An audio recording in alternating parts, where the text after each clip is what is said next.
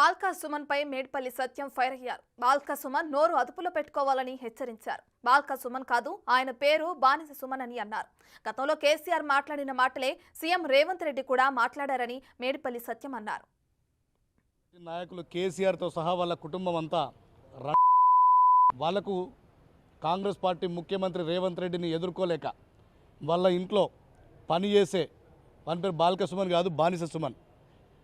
బాల్కా సుమన్ కాదు, బానిస సుమన్. ఉస్మాన్ యూనివర్సిటీలో చదివి కేసీఆర్ ఇంట్లో బానిసగా చేరి ఇలా తెలంగాణ ప్రజల మీద ఇష్టం ఉన్నట్టు మాట్లాడితే, ప్రజలు ఎన్నుకున్నటువంటి ముఖ్యమంత్రి మీద ఇష్టం ఉన్నట్టు మాట్లాడితే ఎవరు ఇలా చెన్నూరు ప్రజలు ఆల్రెడీ వారిని చెప్పుతో కొట్టినట్టు పనిచేసిండ్రు. ఇలా రాష్ట్రంలో ప్రతి టీఆర్ఎస్ నాయకుని కూడా అదే గతి పడుతుంది. నేను ఇప్పటికీ డిమాండ్ చేస్తున్నా, ముఖ్యమంత్రి గతంలో ఏ భాష అయితే వాడిండో మా ముఖ్యమంత్రి కూడా అదే భాష వాడిండు.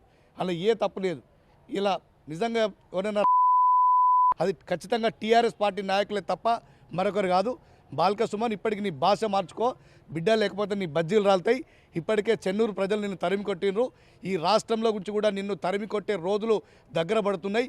నువ్వు ఈ గులాంగిరి బానిసగిరి చేస్తే నువ్వు మన చెన్నూరులో ఓడగొట్టి ఇంకో దగ్గర ఎంపీ టికెట్ ఇస్తారో ఏదో ఇస్తారని నువ్వు ఆశపడుతున్నావు, కానీ నీకు ఎక్కడ కూడా టికెట్ ఇయ్యరు. తెలంగాణ ప్రజలు నిన్ను రాజకీయంగా